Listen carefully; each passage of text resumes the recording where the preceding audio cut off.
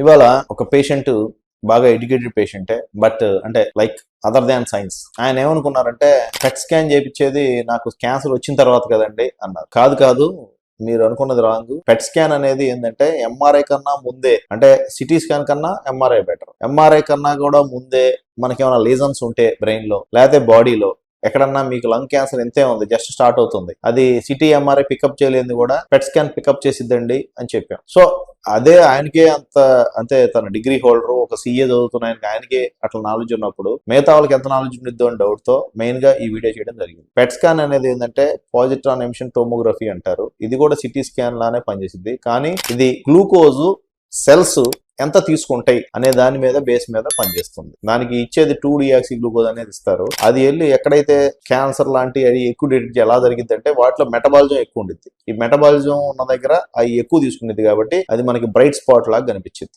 So దాన్ని ఈజీగా మనం పెట్ స్కాన్ చేస్తే ముందే కనుక్కోవచ్చు. అంటే ఉదాహరణకి మనకి బోన్ ఎక్స్రేలో బోన్ డిస్ట్రక్షన్ ఉందనుకోండి, ఎక్స్రేలో మనకి డిస్ట్రక్షన్ జరగాలంటే 50% ఆఫ్ బోన్ పోతేనే మనకి ఎక్స్రేలో కనిపించింది. అదే మనకి సిటీ స్కాన్ లో అయితే సిటీ ఈజ్ నథింగ్ బట్ ఎక్స్రేకి ఎక్స్టెన్షనే, బట్ సిటీలో అయితే మనకి ఇంకా కొద్దిగా అంటే 50% కాదు, ఒక 20% పోయినా కనిపించింది. అదే ఎంఆర్ఐలో అయితే మనకి ఈవెన్ 5 to 10% పోయినా కనిపించింది. అదే పెట్ స్కాన్ లో అయితే ఇంకా అంటే 1 to 2% తేడా వచ్చినా గానీ మనకున్న ఎనాటమీలో ఏమైనా దాంట్లో కనిపెట్టవచ్చు. అంటే ఈ ఉద్దేశం చెప్పేది ఏంటంటే పెట్ స్కాన్ అనేది ఆఫ్టర్ క్యాన్సర్ వచ్చిన తర్వాత కాదు, క్యాన్సర్ స్క్రీనింగ్ లో ముఖ్యంగా మెయిన్ పాత్ర పెట్ స్కాన్ పోషిస్తుంది. సో ఎంత ట్యూమర్ ఎక్స్టెన్షన్ ఉండడానికి, కొత్తగా వచ్చే ట్యూమర్ డిటెక్ట్ చేయడానికి, ఒకవేళ ఫ్యామిలీ హిస్టరీ ఉండి గ్యారంటీగా వచ్చింది అనుకుంటే మనకి ఇమేజింగ్ బెస్ట్ ఇమేజింగ్ ఏంటంటే హోల్ బాడీ పెట్ చేసుకుంటే మనకి తెలియని వస్తాయి. అయితే ఇక్కడ ఒక చిక్కు వచ్చింది. మనకి ఇట్లా చేసినప్పుడు ఏంటంటే ఏదో మనకి సంబంధం లేని బయటపడంగానే అదేదో భయం పుట్టి దాన్ని మళ్ళీ ఇన్వెస్టిగేట్ చేసి మళ్ళీ చేసి దానికి ఇది కావాల్సిన అవసరం లేదు. అందుకని ఇప్పుడు నేను చెప్పే అడ్వైజ్ ఏంటంటే ఇప్పుడు చాలా మంది కార్డియాలజిస్టులు కార్డియక్ సిటీ చేయించుకోండి, కాల్షియం స్కోరు ఇవన్నీ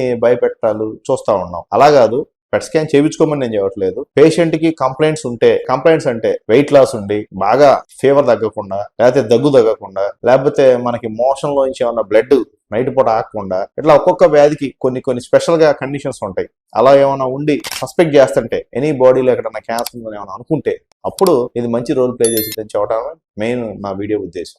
థ్యాంక్ యూ.